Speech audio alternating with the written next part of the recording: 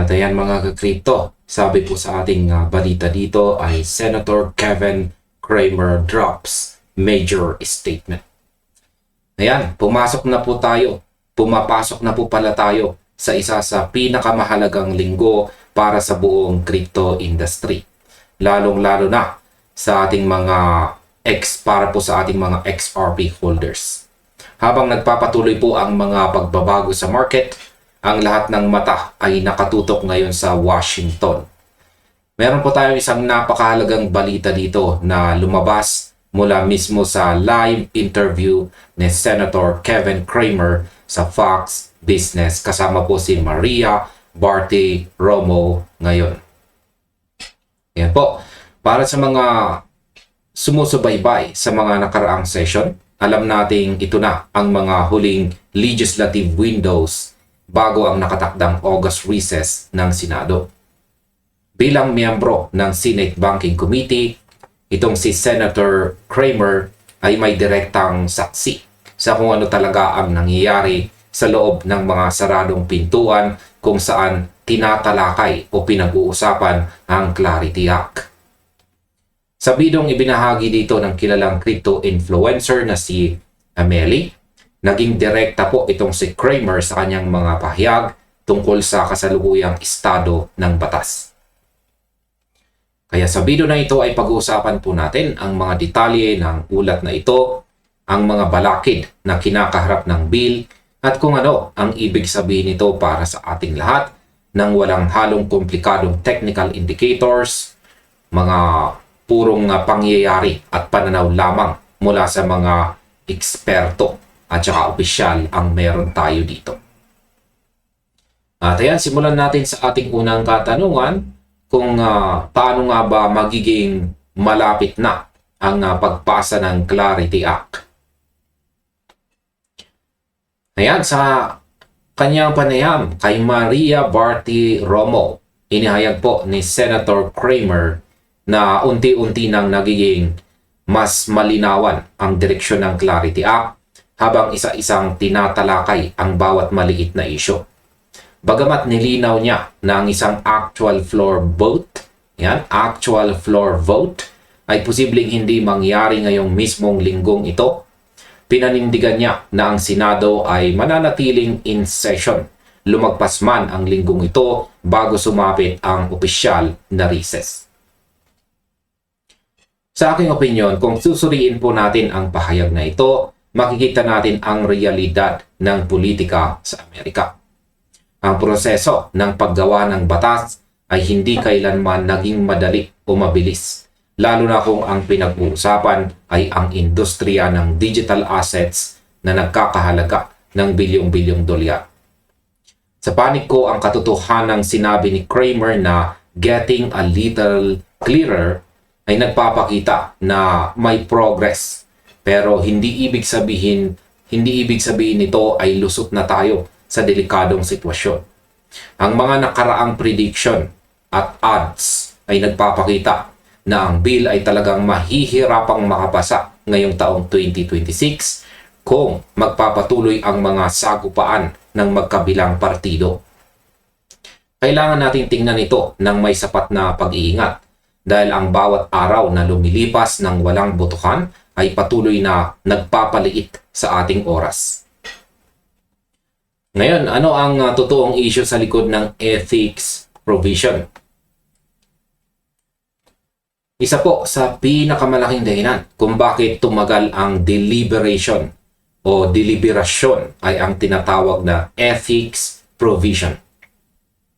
Ayon po sa mga ulat, ang probisyong ito ang pangunahing balakid sa mga negosasyon sa pagitan ng mga partido sa Senado. Ipinagpilitan ng panig ng mga Democrats na ang pagpasa ng bill ay dapat may kaakibat na restriction na nagbabawal kay President Donald Trump at sa iba pang senior government officials mula sa paghawak o pagkita mula sa mga crypto assets habang sila ay nasa pwesto. Sa aking opinyon, napakalinaw po ng sitwasyon dito. Kung walang suporta mula sa mga Democrats, ang bill ay hinding-hindi aabot sa kinakailangang 60 vote threshold para umusad sa Senado. Ayon kay Kramer, may mga bagong amendments na ngayon na pinag-uusapan at kasalukuyang niriripaso ng kabilang partido. Para sa akin, ang compromise na ito ang magiging susi. Kung hindi po sila magkakasundo sa ethics clause na ito, posibleng madiskaril ang buong taon ng pag-asa para sa regulasyon. Hindi po ito simpleng usapin ng kripto, kundi usapin ng kapangyarihan at politika sa Washington.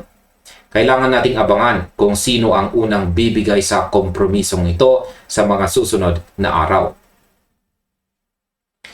Ngayon ay sino ang magpapatupad ng batas?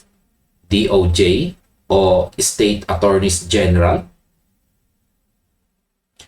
Bukod po sa ethics issue, isa pang malaking debate sa Senate ay ang tungkol sa kung sino ang magsisilbing pangunahing tagapagpatupad ng batas o ang enforcement agency. Ayon kay Kramer, nagkakaroon na ng galaw patungo sa Department of Justice o DOJ para maging pangunahing ahensya na mangangasiwa rito. Gayunpaman, binanggit niya na mas gusto ng mga Democrats na ang mga State Attorneys General ang humawak nito sa antas ng bawat estado. Sa aking opinyon, masasabi ko pong sang-ayon ako sa punto ni Kramer na ang isang fragmented o watak-watak na enforcement model sa bawat estado ay lilikha lamang ng masalimuot at hindi pantay-pantay na sistema para sa buong industriya. Kung ang bawat estado ay may sariling interpretasyon at patakaran sa pagpapatupad, magiging mahirap para sa mga kumpanya at sa mga gumagamit na sumunod.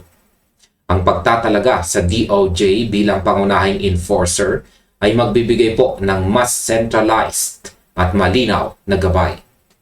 Sa aking pananaw, ang usaping ito ay isa sa mga detalyeng pilit inaayos ngayon para matiyak na ang batas ay magiging epektibo at hindi po magiging pabigat sa market. Ngayon ay bakit po ba napakahalaga ng Clarity Act sa mga XRP holders o para sa atin? Para po sa mga nagmamay-ari o nag-hold ng XRP, ang Clarity Act ay may dalang pangako ng pinal at malinaw na regulasyon sa buong digital asset market. Bagamat may mga nauna ng legal na desisyon na nagpatunay sa katayuan ng XRP, ang pagpasa ng isang pambansang batas ay magbibigay pa rito sa ilalim ng isang formal at legal na balangkas. Ayon sa mga eksperto sa industriya, ang bawat session ng Senado na natatapos ng walang botohan ay lalong nagpapaikli sa natitirang bintana ng panahon para sa taong ito. Sa aking opinyon, ang regulasyon ay isang espada na may dalawang talim. Sa isang banda, binibigyan nito ng katiyakan ang mga malalaking institusyon para pumasok ng may kumpiyansa. Sa kabilang banda naman, ang pagkaantala nito ay nagdudulot ng patuloy na kawalan ng katiyakan sa market. Sa tingin ko, ang patuloy na pagtulak ng mga mambabatas tulad po ni Senator Kramer at iba pang mga kasamahan nila ay nagpapakita na seryoso silang tapusin ito bago magbakasyon ang Kongreso. Ang mga natitirang hindi pagkakaunawaan tungkol sa mga kahulugan ng decentralization at mga securities intermediaries ay mga technical na detalye na ayon kay Kramer ay kayang solusyonan kung magtutulungan ang magkabilang panig. Ano naman ang mangyayari kung hindi po ito maipasa ngayong taong 2026? Ang Senado ay nakatakdang pumasok sa kanilang opisyal na August recess sa mga unang linggo ng buwan na ito. Sa mga nakarang panayam, si Senator Loomis ay nagbabala na.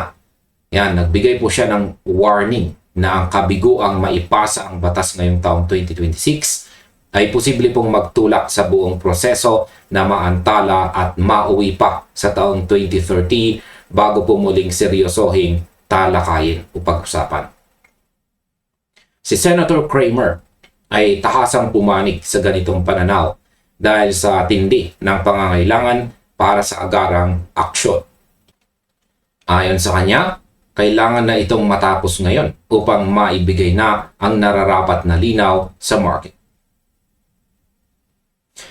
Sa aking opinyon, ang babalang ito tungkol sa pagkaantala hanggang 2030 ay isang malaking sampal ng katotohanan para sa buong community.